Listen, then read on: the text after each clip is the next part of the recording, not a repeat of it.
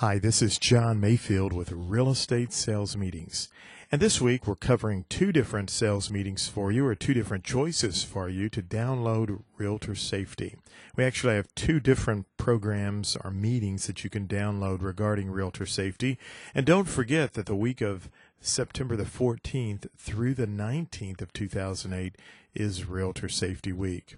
Now, of course, you can do a safety meeting anytime with your agents. And I think it's always good on an annual basis to do a safety meeting with your real estate team.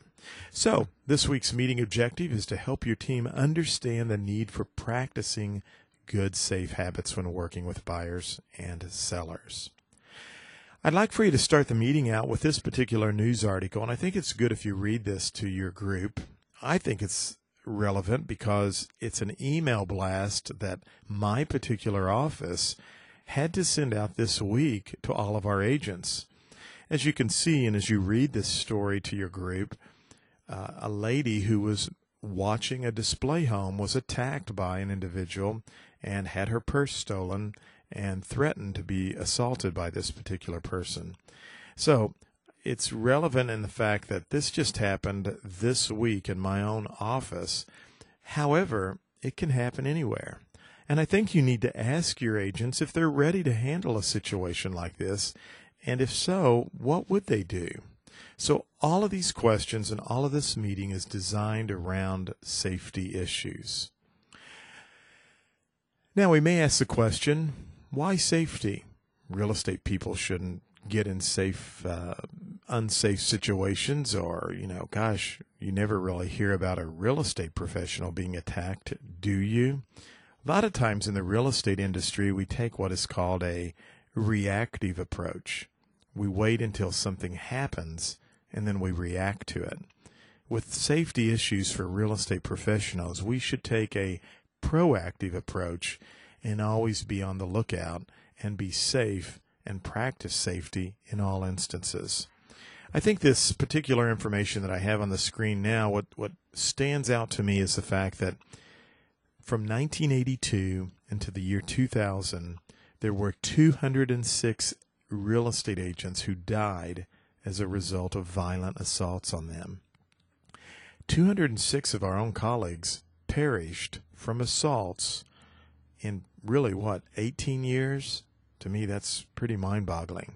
And many more were raped, beaten, or robbed. So we need to always practice good, safe principles as real estate professionals. So here's 10 quick tips that I think you could go over with your group to remind them on practicing safety as a real estate professional. Tip number 1, communicate the 3 W's. And I like to refer to this as, who are you showing property to, when will you return, and where are you going? I think those 3 things are important for you to communicate not only to your family members, but to your broker manager or the office assistant when working real estate. Tip number 2, don't forget the code. Our office had a code that every time one of our agents were showing property, if they felt uncomfortable, they were to use the following slogan, Barb, could you get the yellow folder to 123 Smith Street off of my desk? If Barb, our assistant, heard that particular statement from one of our agents as she called in, the agent was instructing Barb she was at 123 Smith Street, feeling a little bit uncomfortable. Now, if she said, Barb, could you get the red folder for 123 Smith Street off my desk? Our assistant was instructed at that point to immediately call the police and send someone to that particular address. So make sure your office has a code that they can tip off the assistant and get help to the property as soon as possible. Tip number 3, stay in back. Walking in front of a potential prospect is not a good thing to do as a real estate professional. So always allow them to go first. That way you don't run the risk of someone hitting you over the back of the head or attacking you when you're not looking. Stay in back. Tip number 3. And tip number 4, remember ICE. You should have programmed in your phone an entry with the name ICE in case of emergency. Then put the contact number you want the trained medical, police, or emergency staff to call should you be unable to speak or unconscious for some reason. So don't forget to add the entry ICE in your mobile phone. And tip number 5, avoid holding open houses alone. I know sometimes people may think this is a hassle or a problem, but it's always a good idea to have someone else with you when you're holding a house open to the general public. Tip number 6, second trip without a spouse smells like trouble. In all of my research for doing safety sales meetings, most of the ladies who mentioned they were attacked by someone said that they had showed property to that couple on previous occasions. And when the boyfriend or husband showed up the second or third time and said that their significant other couldn't go with them to look at homes, but they wanted them to look at houses anyway, that's when the problem occurred. So don't let your guard down. If you've been showing property to a couple and then he shows up by himself and wants to look at properties by himself, that's probably not a good sign, and take someone else along with you. And tip number 7, follow your gut. Sometimes our gut feeling is a pretty good feeling we ought to listen to. So if your gut feeling says don't go on this showing alone, take someone else with you. Anytime you feel uneasy or uncomfortable, that's a good sign to follow. Tip number 8, can you speed dial? You should have the first 5 entries in your mobile phone with important contact information. When you're in a terrible or a trying situation, you need to be able to call someone quickly. And having those first 5 entries with important contact information pre-programmed into your phone is essential. Tip number 9, use your voice. Most experts will tell you to scream loud if someone's trying to attack you. A lot of times that'll scare them away. And don't try to remain behind and fight. Leave the scene as soon as possible.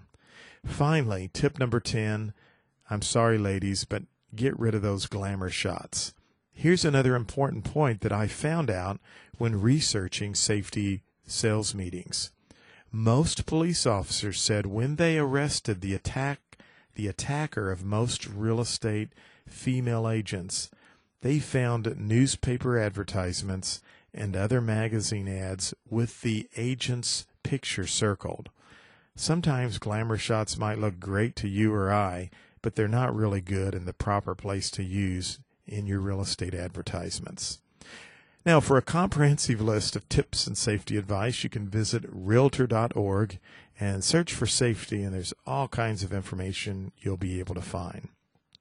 I've got a little closing story I think that's great for you to read to your agents to kind of drive home the point about safety, and just remind all of your agents that safety principles are vital and very important. I love this closing quote. Safety is a cheap and effective insurance policy. Now, we have included with the sales meeting this week a handout for your agents to follow along with the top 10 tips.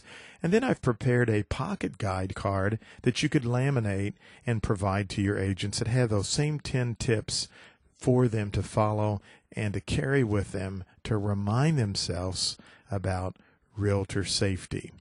I think that it's a great meeting that all brokers should do for their agents once a year.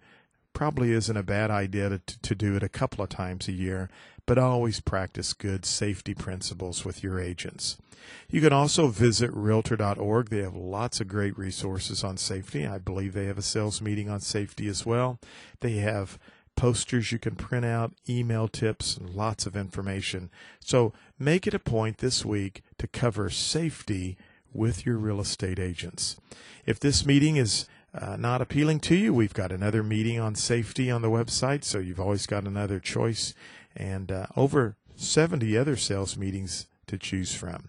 And if you're not a member of realestatesalesmeetings.com, as this video is posted on YouTube, we'd love to have you as a member. Check us out, realestatesalesmeetings.com. That's all for this week. Thanks again for your business. Hope to hear from you soon, and I appreciate all of the positive feedback that I hear from the members each and every week.